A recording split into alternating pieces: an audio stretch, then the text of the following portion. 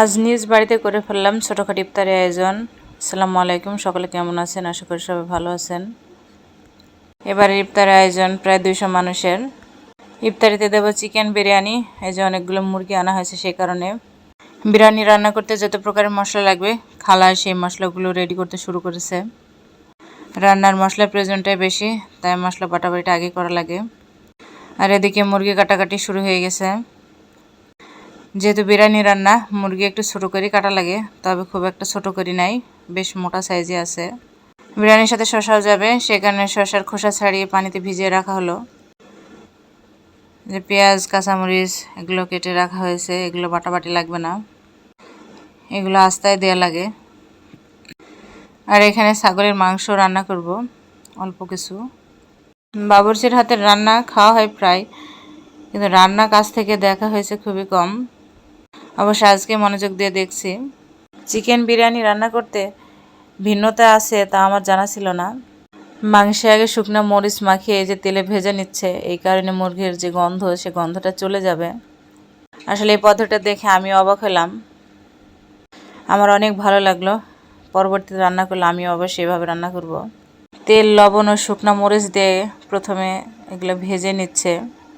আমি এদিকে খাসির মাংস রান্না করব বলে রেডি করতেছি। মশলাপাতি সব মাখিয়ে ম্যারিনেট করে রেখে দেব কিছুক্ষণ। এছাড়া টমেটো দিয়ে টক ডালও রান্না বসিয়েছি। এই ডালটা নাহলে ভাত খাওয়াই হয় না। অন্যদিকে বিরিয়ানি রান্নার প্রসেসিং চলছে। মাংস ভেজে ওঠানো তেলের মধ্যে দিয়ে দিয়েছে পেঁয়াজ কুচি, আর যে আস্তা কাঁচামরিচগুলো দিয়ে দিল। কাঁচামরিচ ও পেঁয়াজগুলো হালকাভাবে ভেজে নিচ্ছে। তারপরে যে রসুন বাটা দিয়ে দিল, অবশ্যই ব্লেন্ড করে রাখা রসুন। বিরিয়ানির জন্য রেডি করা বিভিন্ন ধরনের মশলাপাতি, এগুলো একসাথেই রেডি করা ছিল, ব্লেন্ড করা হয়েছিল। এই পর্যায়ে মশলাগুলো ভালোভাবে নেড়ে চেড়ে নিচ্ছে। এবার দিয়ে দিল 2 বাটি টক দই, আর সাথে দিল বিরিয়ানির 2 প্যাকেট মশলা, রাঁধুনির রেডি মশলা। এইবার দিয়ে দিল টমেটো সস। বিরিয়ানিতে যা টমেটো সসও যায়, এটা আমার জানা ছিল না, আজকেই জানলাম। এবার সামান্য লবণও দিয়ে দিল। আর ভেজে রাখা সকল মাংসগুলো এবার মশলার মধ্যে দিয়ে দিল। এবার কিছুক্ষণ মাংসগুলো রান্না করে নেওয়া লাগবে, যেহেতু মুরগির মাংস বেশিক্ষণ সময় লাগবে না। সামান্য শুকনো মরিচ গুঁড়ো দিয়ে দিল। এই যে মাংস রান্না শেষ।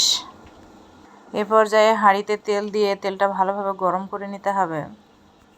আর অন্যদিকে পোলাও চাল ভালোভাবে ধুয়ে নেটের উপরে পানি ঝরিয়ে রাখা ছিল, সেই চালগুলো তেলের উপরে দিয়ে ভালোভাবে ভেজে নিতে হবে। বিরিয়ানি ঝরঝরা হওয়া নির্ভর করে কিন্তু এই চাল ভালোভাবে ভেজে নেওয়ার উপর। তাই যে চাল ভালোভাবে নাড়ানাড়া চলছে এবং বিভিন্ন গুঁড়া মশলা দিয়ে দিল। চালের সাথে গুঁড়া মশলা ভেজে নিলে কিন্তু সেন্ট হয় দারুণ। এই যে আস্তা দারচিনি দিয়ে দিল। এগুলো ভেজে নেওয়ার পরে আলাদাভাবে গরম করে রাখা ছিল, সেই গরম পানি দিয়ে দিল, সাথে পরিমাণ মতো লবণ। যে কোনো রান্নাতেই কিন্তু লবণের ব্যালেন্সটা আগে থাকা উচিত। পরিমাণ মতো পানি দেওয়া হচ্ছে, কিছু লবঙ্গ ছড়িয়ে দেওয়া হলো। ভালোভাবে নেড়ে চেড়ে নিতে হবে, তলে যেন লেগে না যায়। যে কাঁচামরিচও কিছু দিয়ে দিল। চুলায় বিরিয়ানির ভাতটা আধা সিদ্ধ হওয়ার অপেক্ষা, আর এদিকে মাংস 2 ভাগে ভাগ করা হচ্ছে। 2 পাতিলে রান্না হবে।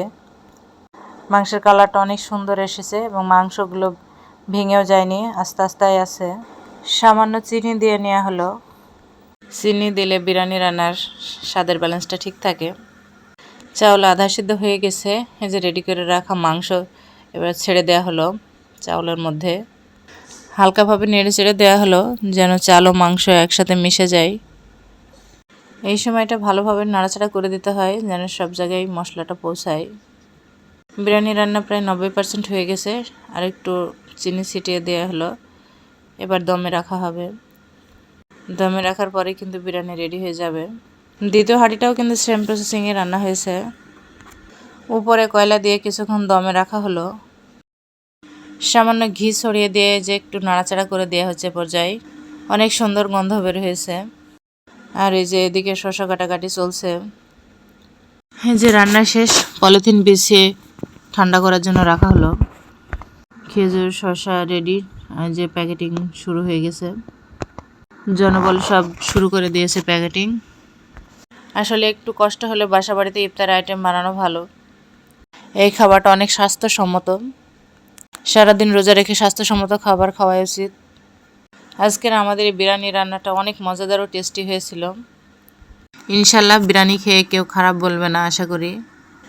যেহেতু 200 মানুষের আয়োজন আর লোকজন ছিল অনেক, প্যাকেটিং দ্রুত সময়ের মধ্যেই হয়ে গেছে। এই যে প্যাকেটিং রেডি, প্যাকেটগুলো সব মসজিদে যাবে। এখানে 200 প্যাকেট আছে, আর কিছু প্যাকেটিং করা হয়নি, সেগুলো বাড়ির জন্য। আজকের এই ইফতারি আয়োজন কেমন হয়েছে অবশ্যই কমেন্টে জানাবেন। আর সকলের জন্য আমার দোয়া, ভালো থাকুন, সুস্থ থাকুন, নিরাপদে থাকুন। আল্লাহ হাফেজ।